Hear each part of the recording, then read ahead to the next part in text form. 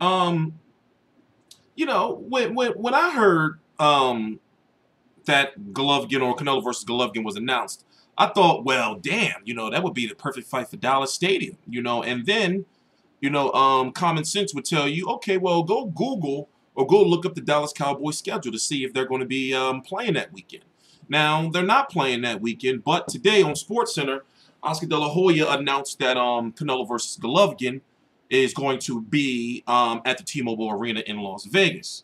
Now, you may say, damn, they could have put, 60, 70,000, in Dallas Cowboys Stadium. But from what I've been hearing is the economy of Las Vegas and Las Vegas as a city, wants to fight, and they expect a huge turnout as far as, you know, merchandise sales, a friend told me that the Gucci store was sold out for Canelo versus Chavez. That's how lit it was down there. So, I'm guessing it was the right move, like financially, and you also get that gambler crowd, and it's going to be a party atmosphere. To whereas in Dallas, big stadium and everything, but do people really want to go to Dallas for that fight?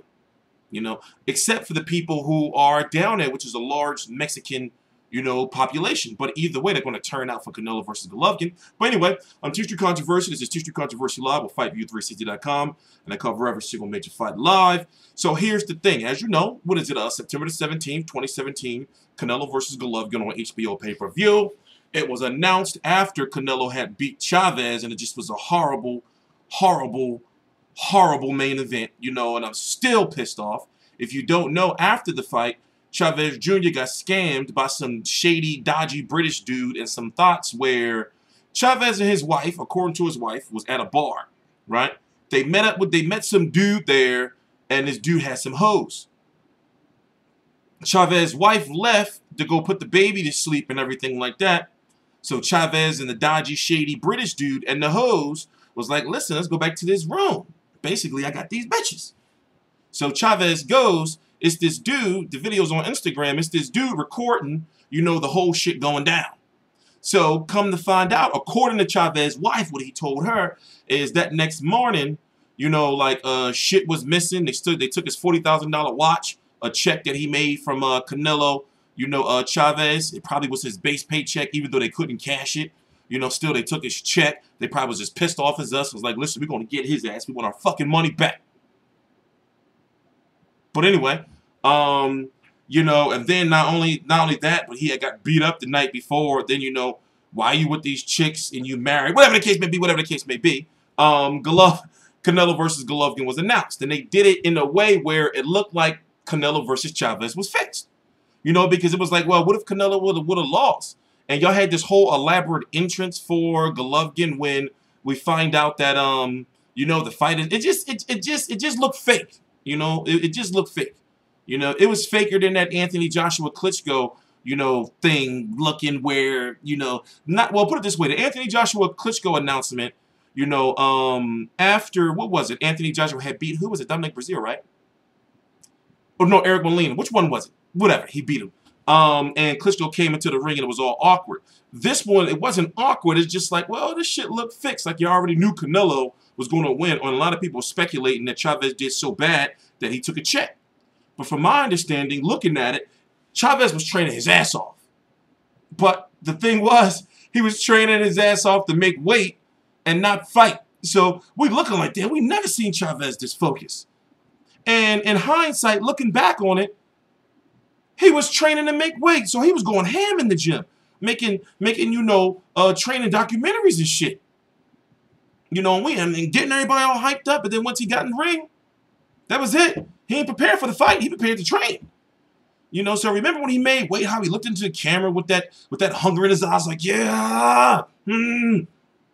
That was the fight. He won the fight on Friday night in his mind. And then on Saturday night, he went and got his check. So now you have Canelo. I got a chance to interview Abel Sanchez a few weeks ago, and we've been hearing that we don't know what titles are going to be on the line for this fight. For example, Golovkin is the WBC, WBA, Super World, and the IBF, and a highly coveted IBO 160-pound champion. Canelo is the Ring Magazine champion. Don't ask, you know. Canelo has beef with the WBC.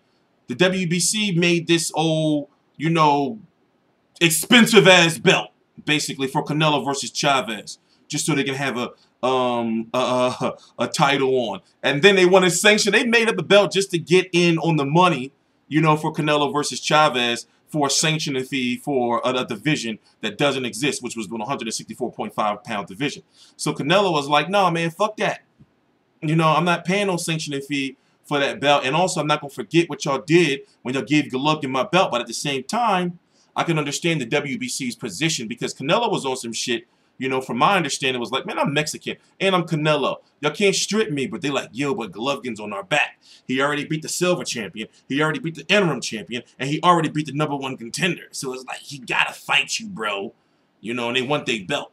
You know, so he had to vacate the belt. Cotto had the same, you know, issues where Cotto paid Golovkin step-aside money and then had to pay the sanctioning fee to the WBC. We don't know if Golovkin got his money. I'm sure there would have been a lawsuit if Golovkin got his money. We don't know if the WBC got that money because he dropped the belt before the fight. So then since Canelo won, Canelo was the only one that was able to win the fight. But basically, Cotto was on some shit like, well, wait a minute, how am I paying you? How much was it? I forgot how much it was. It was like it was over $1 million. I know that, but I forgot exactly how much over $1 million. I think it was like 1.4 because Cotto thought that the WBC was charging him, you know, the WBC was charging him that whole 1.4 as a sanctioning fee. But they was like, no, you got to give Golovkin his step-aside money and you got to pay the sanctioning fee. So he was just like, man, fuck that belt.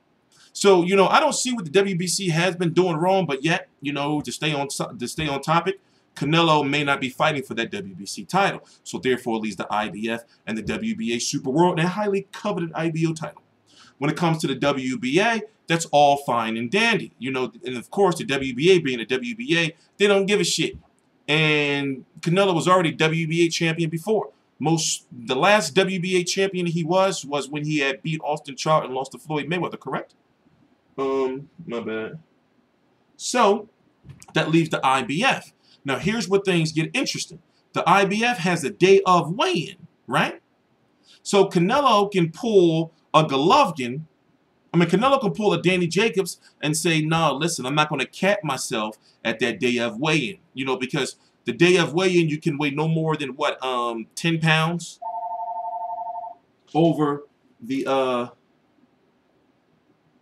you know, over the weight limit from the day before. Basically, it prevents you from hydrating too much. So since Golovkin is the champion, he could weigh no more than 170 on fight day, right? Or whatever he weighs in at, whether it's 159.8 or fight day 169.8. Whereas in Canelo, if he doesn't fight for that IBF, right, he doesn't have to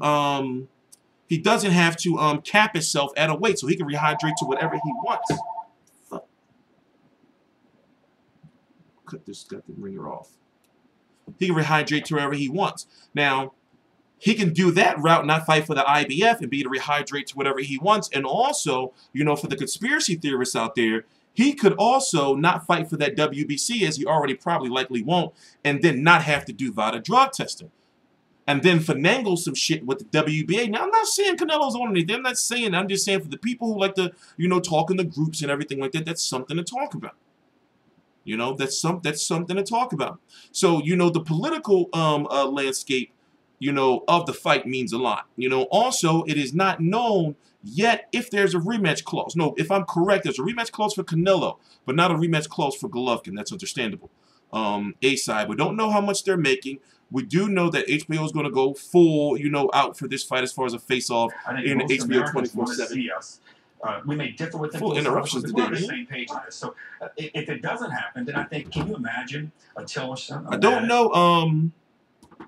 You know, we don't know if it's going to be 1 episode or 2 episodes of HBO 24/7. Right now, it is June the 5th.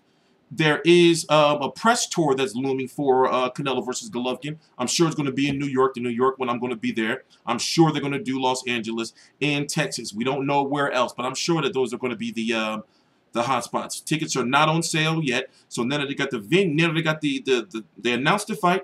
They got the network. They got the venue. Now they're going to do a press conference, press tour soon. That's usually how it works. And then, you know, the tickets go on sale usually after or the day of the first press conference. So as soon as that, you know, happens, of course, I'm going to be here. Normally, a first stop on a press tour is normally, you know, New York, then Texas, then Las Vegas, you know, or LA. But they'll likely do LA and not Vegas. I don't know. But the shit's going to be lit. Oh, and they're probably going to definitely take him down Mexico. They got to take him down Mexico, right? You know, they got to take him down Mexico. So, you know, what else? What else are we missing? Oh, yeah, Golovkin in 160 pounds. Abel Sanchez, now, I really got a chance to talk to him on and off camera. And basically, you know, as a boxing fan before anything, you know, there's questions that I have. So I'm not going to go to these events, you know, and not ask questions that, you know, that's going to answer things going forward in the future. So, you know, I asked about, okay, well, you know, after Canelo, if Golovkin beats Canelo, because I didn't get to talk to Oscar about it, would he go on, would Golovkin go on to fight Billy Joe Saunders for that 160-pound title? And the way Abel Sanchez was saying is like, you know, they're not even sure. He was saying, I hope that's what Golovkin wants to do, but it's looking like they may be moving on to 168 pounds. Could they be moving on to 168 pounds for that new big-time tournament coming up, that World Boxing Super Series?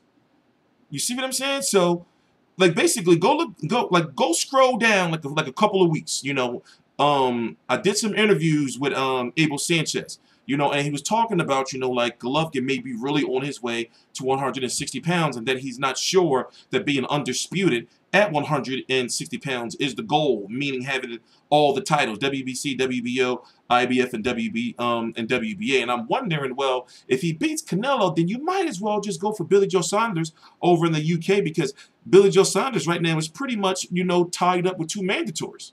You know, he's fighting Kurt Cedes next, and then he's got another mandatory after that. I forgot who.